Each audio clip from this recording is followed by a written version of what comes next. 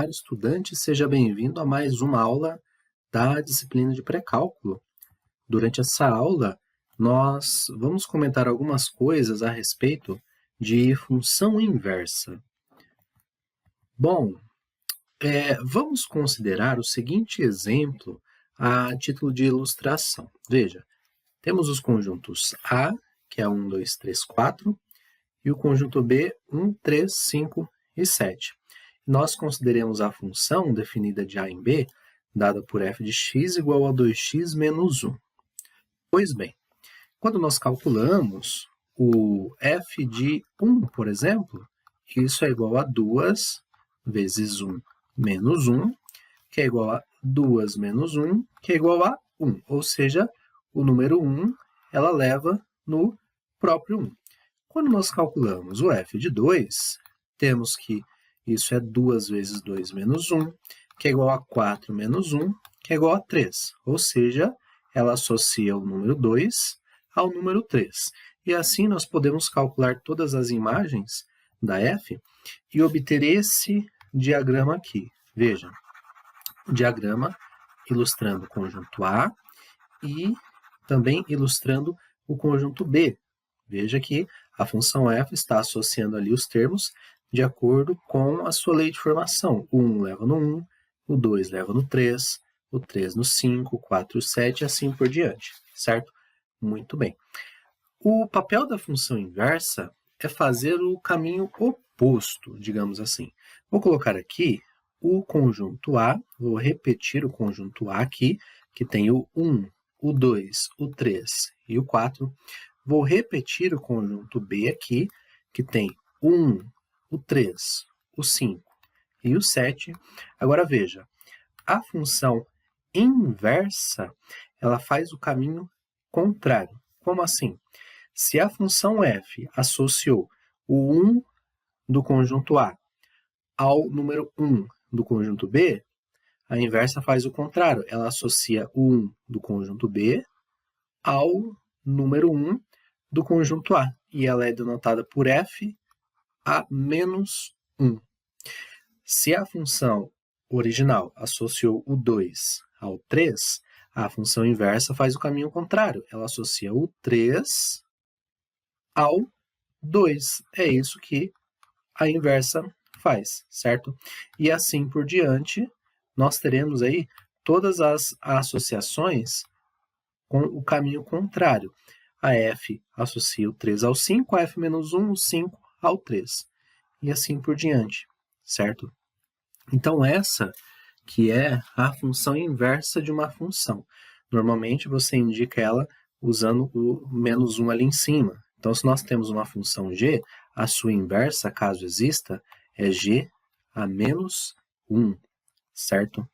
E para nós termos aí a existência de uma função inversa, é importante que a função seja bijetora, ok? Isso é uma observação muito importante. Para existir a função inversa, é preciso que f seja bijetora, ou seja injetora e que seja sobrejetora, ok? Então vamos anotar isso, olha só. Para que f tenha inversa, é preciso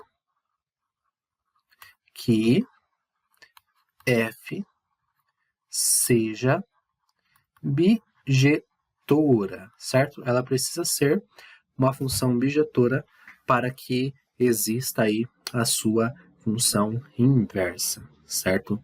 E um outro detalhe é que quando nós pegamos a função e fazemos a composição com a sua inversa, isso dá a chamada função identidade, certo? A função identidade, ela associa a cada x a ele próprio. Ou seja, vamos pegar aqui e calcular i de 2, por exemplo. Ela sempre repete, é igual a 2. I de 5, por exemplo, é igual a 5. I de menos 3 é igual a menos 3. Função identidade, ela é i de x igual ao próprio x. Ela não faz nada com o valor que você está colocando nela. Ela só repete, certo? Então, quando nós fazemos a composição aí de uma função com a sua inversa, independente da ordem, veja só, sempre dá a função identidade, certo? Muito bem. Vamos aqui para uma ilustração da função e da sua inversa. Graficamente, acontece uma coisa aí. Olha só, nós temos aqui a função f de x, que é igual a x ao quadrado, certo? E nós temos a sua inversa, que é a raiz de x, certo? A função x ao quadrado, ela é inversa da função raiz de x, ok? Bom, o que acontece com os domínios devidamente ajustados, né? O domínio da f-1, o domínio dela são os reais não negativos, certo? Então, veja, se nós observarmos como que se comporta o gráfico de uma função e o gráfico da sua inversa. Se comporta da seguinte forma: nós traçamos uma bissetriz cortando o eixo cartesiano na diagonal, cortando o primeiro e o terceiro quadrantes do plano cartesiano, e aí o que acontece? As funções vão ser simétricas em relação a esse eixo. Você pode ver que a função x², que é essa daqui, ó, que vai crescendo, a função raiz de x, ela meio que faz o mesmo movimento, só que espelhado para o outro lado, certo? Então, uma função e a sua respectiva inversa, os gráficos delas são espelhados com relação à diagonal que você traça assim, ó, nos planos, no plano cartesiano. Então, você tem o plano cartesiano, traça uma diagonal, uma reta assim, uma bissetriz, passando bem no centro, e aí a função e a sua inversa será espelhada com relação a essa reta, certo? Bom, vamos aqui, rapidamente, ver como que nós podemos calcular a inversa. Tem aqui, por exemplo, f de x igual a 2x menos 1, e quero saber como que calcula a função inversa da função f, certo? O que nós faremos aqui? Veja só, nós vamos isolar o x. Então, vamos isolar o x aqui nessa função. Como assim? Bom, você escreve f de x, esse menos 1 você coloca lá mais 1 igual a 2x, certo? E esse 2 que está multiplicando, agora nós vamos escrever dividindo. Então, fica f de x mais 1 sobre 2 é igual a x.